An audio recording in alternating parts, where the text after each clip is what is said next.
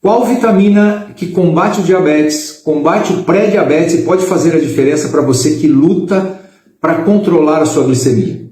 O assunto de hoje é super importante, fica aqui até o final desse vídeo, e ele é muito importante para você que sofre com esse tipo de problema, porque essa vitamina que eu vou falar para você, se tomada regularmente, vai ajudar o seu corpo a produzir insulina adequadamente e também vai ajudar você a melhorar a sua resistência à insulina, ok? Nós vamos falar hoje sobre a resistência à insulina, nós vamos falar hoje sobre o pré-diabetes, o diabetes já instalado e o que a vitamina D, isso exatamente, essa é a vitamina D, o que ela pode fazer para melhorar essa situação no nosso dia a dia. Então, pessoal, para começar, a gente sabe que a vitamina D não é uma vitamina, ela é um hormônio, porque as vitaminas no nosso corpo, o nosso corpo não consegue fabricar as vitaminas. E a vitamina D o nosso corpo produz por meio da ação do sol sobre a pele. Então, portanto, se o nosso corpo produz, ela não é uma vitamina, ela é um hormônio. Mas no fundo, isso nem tem tanta relevância assim. O importante mesmo é o que a vitamina D consegue fazer, o que ela consegue melhorar na nossa saúde, tá? E a vitamina D, quando ela foi descoberta há muitos anos atrás, ela foi classificada como uma substância que seria responsável para evitar o raquitismo. O raquitismo é uma doença própria do osso e na verdade, acreditou-se nisso por muito tempo, né? Que só faria isso. Mas hoje a gente sabe que, além dela regular o metabolismo do cálcio e o fósforo, que tem papel crucial na formação óssea, ela tem muitas outras funções tão relevantes quanto. E eu poderia aqui citar inúmeras delas, a gente ficaria muito tempo falando, mas hoje eu quero falar sobre a ação que a vitamina D tem sobre a produção da insulina, que é de total interesse para você que já é diabético e também pela relação que a vitamina D tem com a resistência à insulina lá nos tecidos periféricos, ok? Mais para o final do vídeo eu vou falar para vocês quais os níveis ideais de vitamina D que a gente tem que ter no sangue e quais as doses médias que a gente deve suplementar para se atingir esses níveis e também qual a dose que a gente deve manter diariamente para manter esses níveis adequados no sangue, ok? Bom, como são mais de uma situação, vamos começar aqui pela ação que a vitamina D tem na produção da insulina lá no pâncreas, né? E como a gente já sabe, o cálcio ele é imprescindível para o funcionamento das células. Sem cálcio a célula não funciona e o desequilíbrio desse mineral, tanto no meio externo quanto no meio interno da célula, afeta totalmente o desempenho da produção da célula, né? E vai causar diversos problemas, como a própria diminuição da produção de insulina, que vai prejudicar o diabético. E aí, nesse caso específico da produção da insulina, a vitamina D ajuda na modulação de entrada e saída de cálcio da célula. Ou seja, eu não falei que o cálcio é imprescindível para o desempenho celular? Pois é. A vitamina D facilita a abertura dos canais de cálcio específicos, né?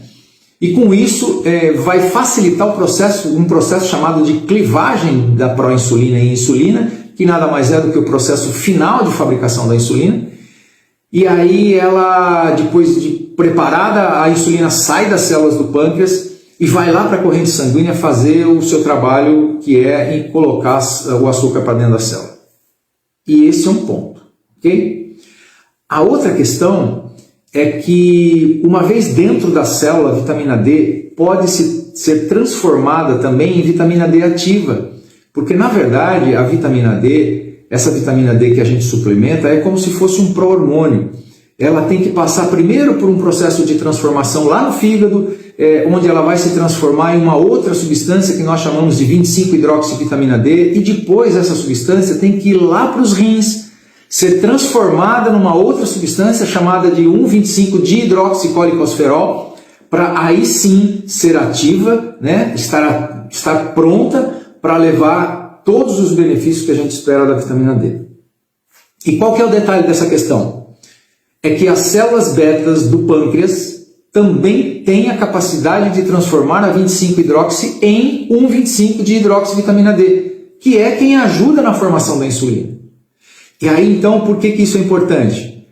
Porque ter níveis de vitamina D altos no sangue faz diferença, justamente para facilitar todo esse processo. Ok? Entendeu?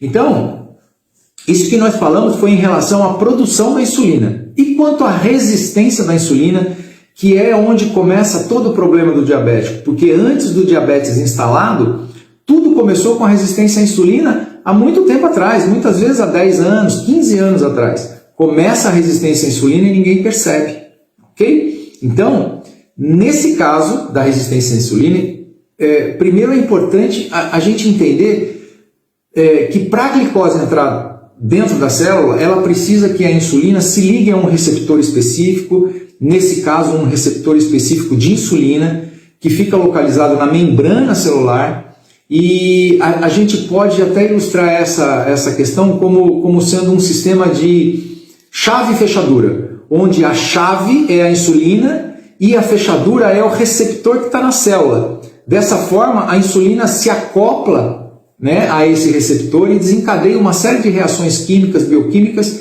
que vão sinalizar uma outra estrutura que está lá dentro da célula, chamada de transportador de glicose, que a gente chama de GLUT, que nesse caso é o GLUT4, que é uma proteína que tem a função de sair do meio da célula e lá na membrana celular abrir a portinha da célula para a glicose entrar. Então, um processo lindo, maravilhoso de fisiologia.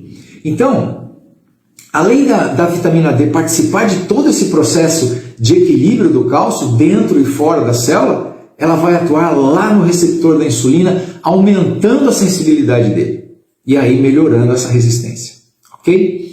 E além disso, pessoal, como todo diabético tem um corpo inflamado, seja pela obesidade que acompanha ou pelo próprio excesso de insulina, que insulina também é inflamatória em excesso, a vitamina D também age diminuindo essas citocinas inflamatórias e aí, consequentemente, também melhora a resistência à insulina, ok?